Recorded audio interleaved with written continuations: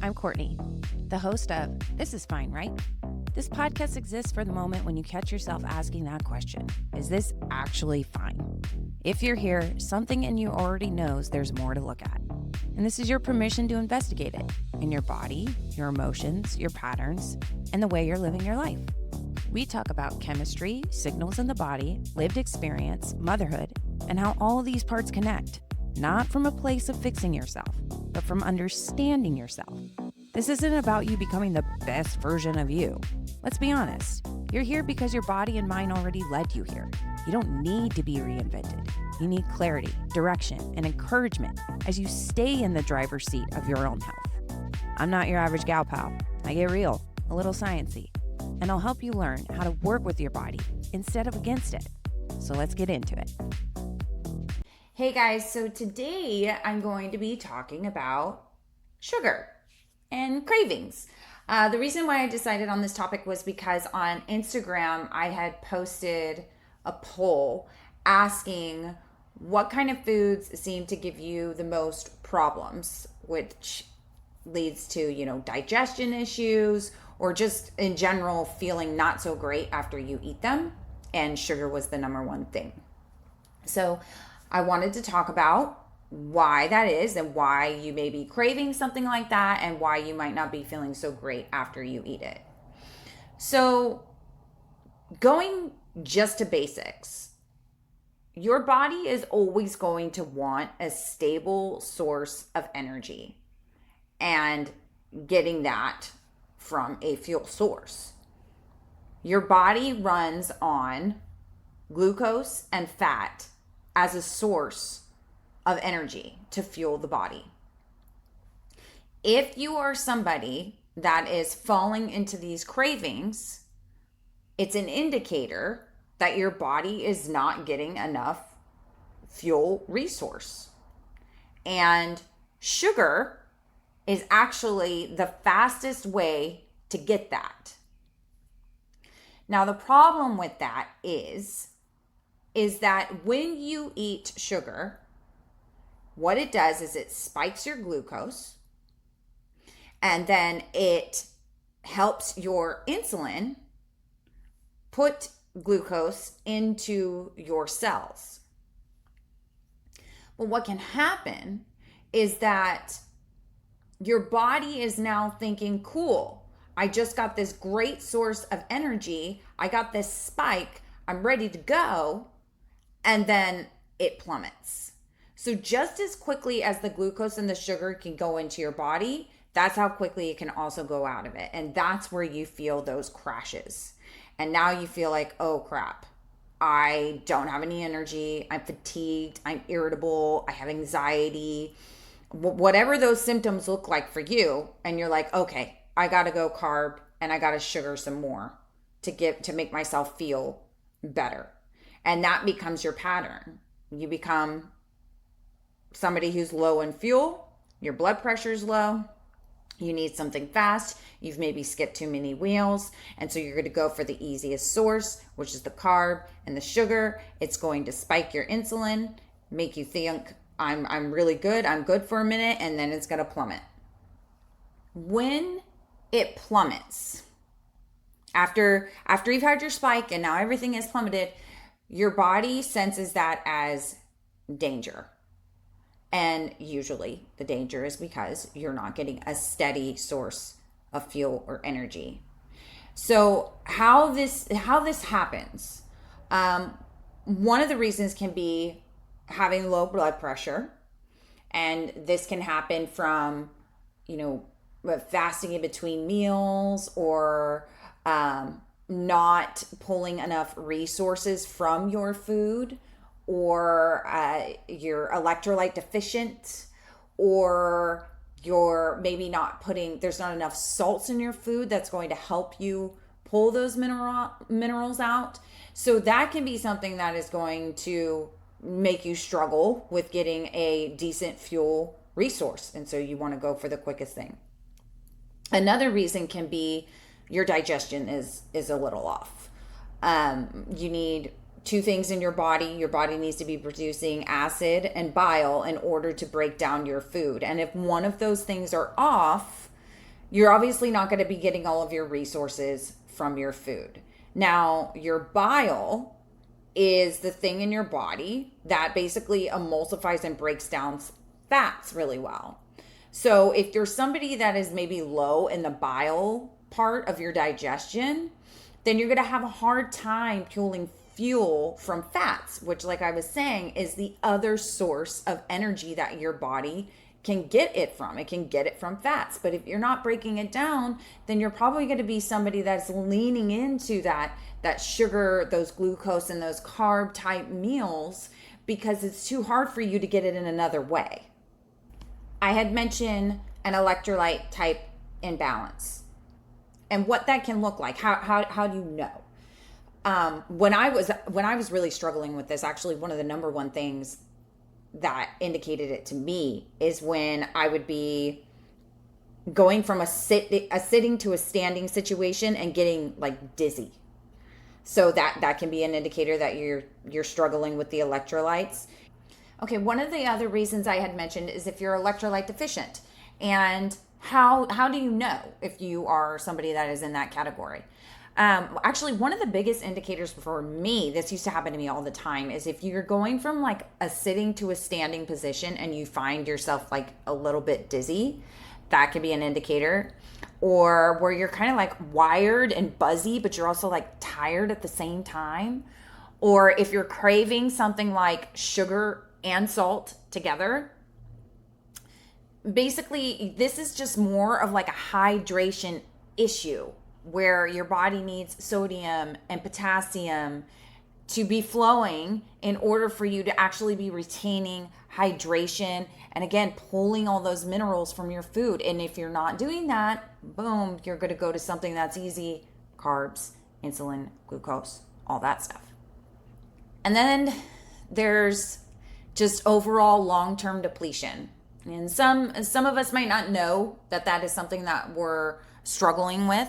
But if you have been dieting or under eating for years, or you're just like chronically mineral deficient, it can be really hard to just change a couple things and all of a sudden you're doing great. You could even be giving yourself a lot of minerals, and sometimes if you've been depleted for so long, you actually just end up peeing out those minerals. So even though you're trying to do the right thing, your physiology might be a little messed up where you actually do need carbs in order to function. And you're wanting to go for the easy carbs, which, like pasta, grains, just processed sugar in general to get that energy. But it is necessary to have the carbs, but there are other carbs you could have, like medium type carbs, which are like sweet potatoes or squash. That could be another way to fuel the body instead of spiking it with the sugar and glucose and all of that stuff. That's not making you feel good at all. So a lot of times I hear, I need to cut the sugar because I'm gaining weight. I need to cut the sugar. I'm gaining weight. Yes and no. Yes, sometimes sugar can be one of the leading causes as to why you're gaining weight, and I'll explain that. But another reason could be your physiology is off and your digestion is off, and it doesn't really even matter what you do. It's just too hard for you to lose the weight or gain the weight because your body is just not processing things the way it's supposed to.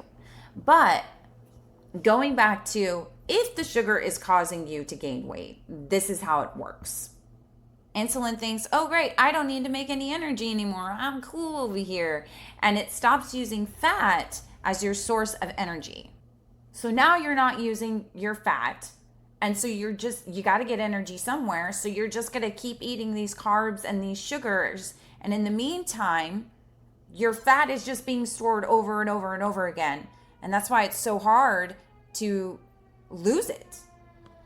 And this is when you start feeling those kinds of things where you're like inflamed and puffy and just feeling kind of you might be a little constipated. Those are all indicators of your body is really not using your fat source in the way it should be.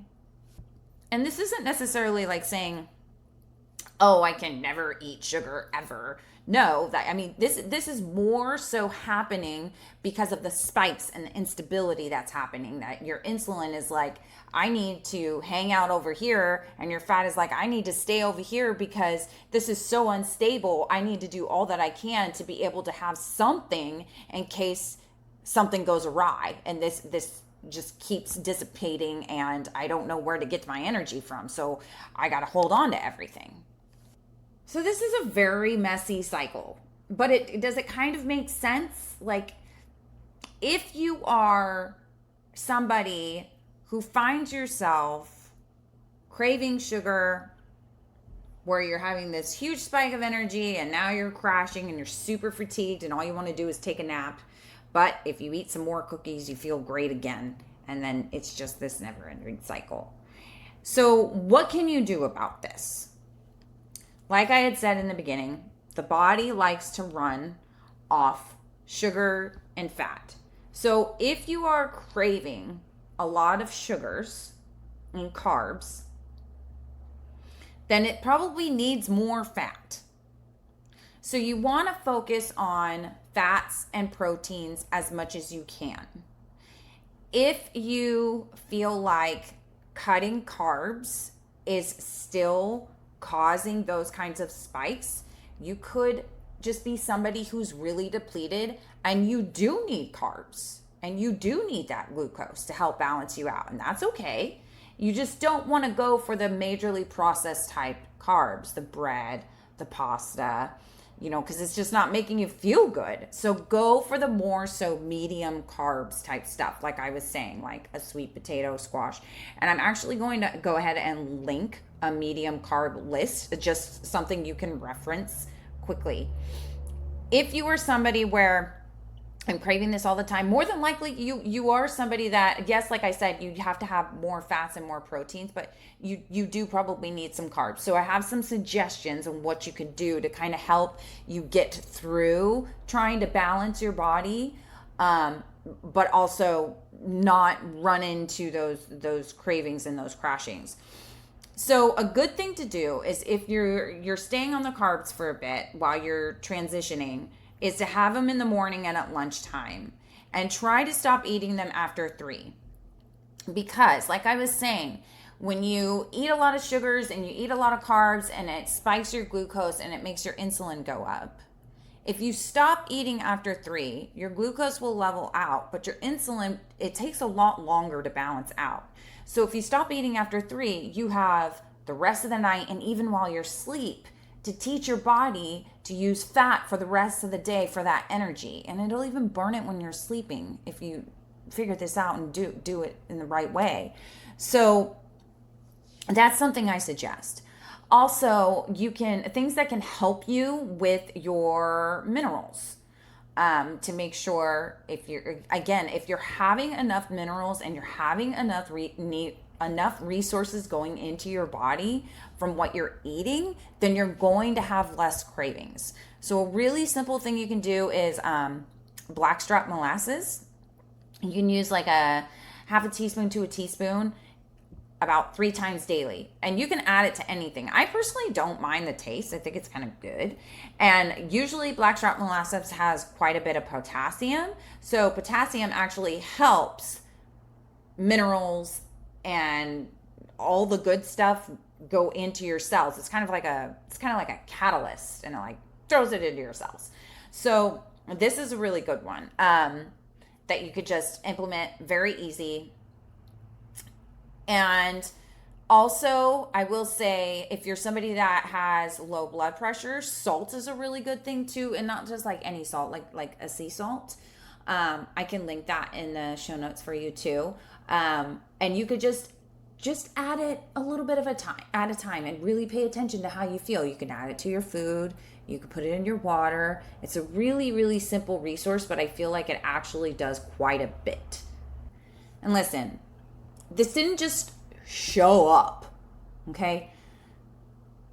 I've been this person for a long time, and when I started learning how my body was functioning, really paying attention and learning how to do my simple at-home tests, I started to really understand why my body was wanting these sugars and carbs all the time.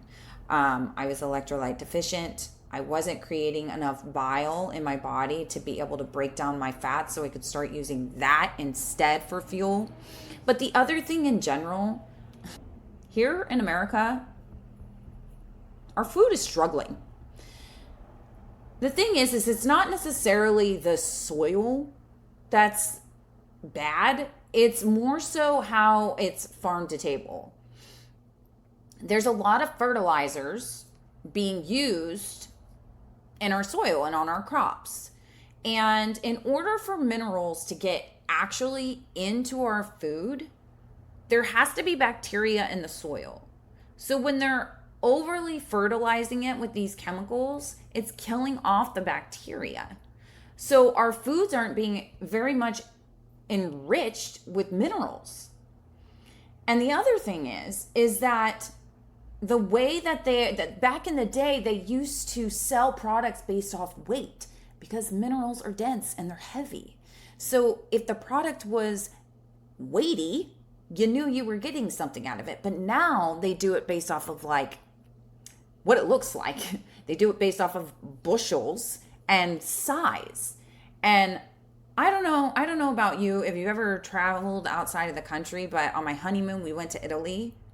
And the food over there tastes like food. Like a tomato it actually has flavor. You could eat it like an apple. Here, it tastes like nothing. I mean, go organic if you can. But even with that, it's difficult to get everything you need. And that's why people are supplementing with everything. They need to. The only problem is that if you aren't sure of the root problem and why you're struggling, you could be supplementing with something that's not even actually helping you.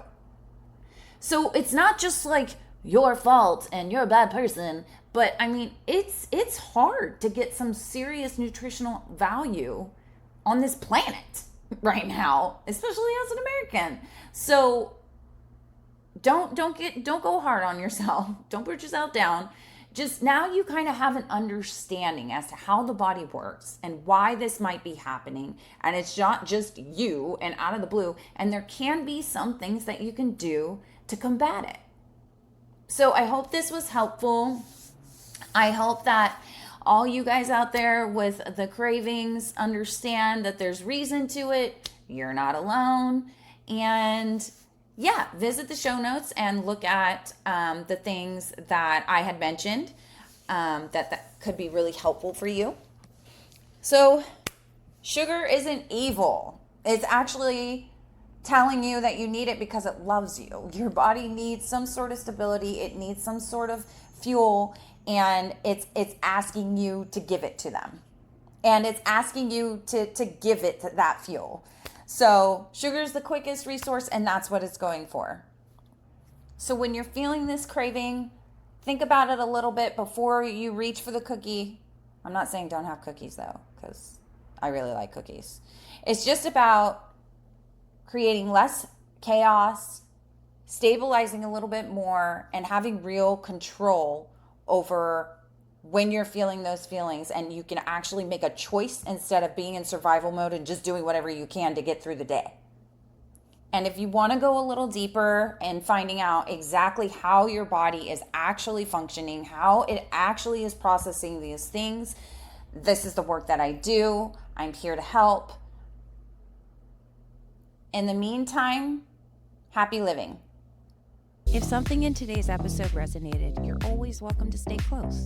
I write weekly letters and offer one-on-one support for people who want to understand their body more deeply, so they can keep listening, keep responding, and keep moving forward with clarity. My work is about helping you become your own healer in a way that's grounded in real life. All the links are below, and I'll see you next time.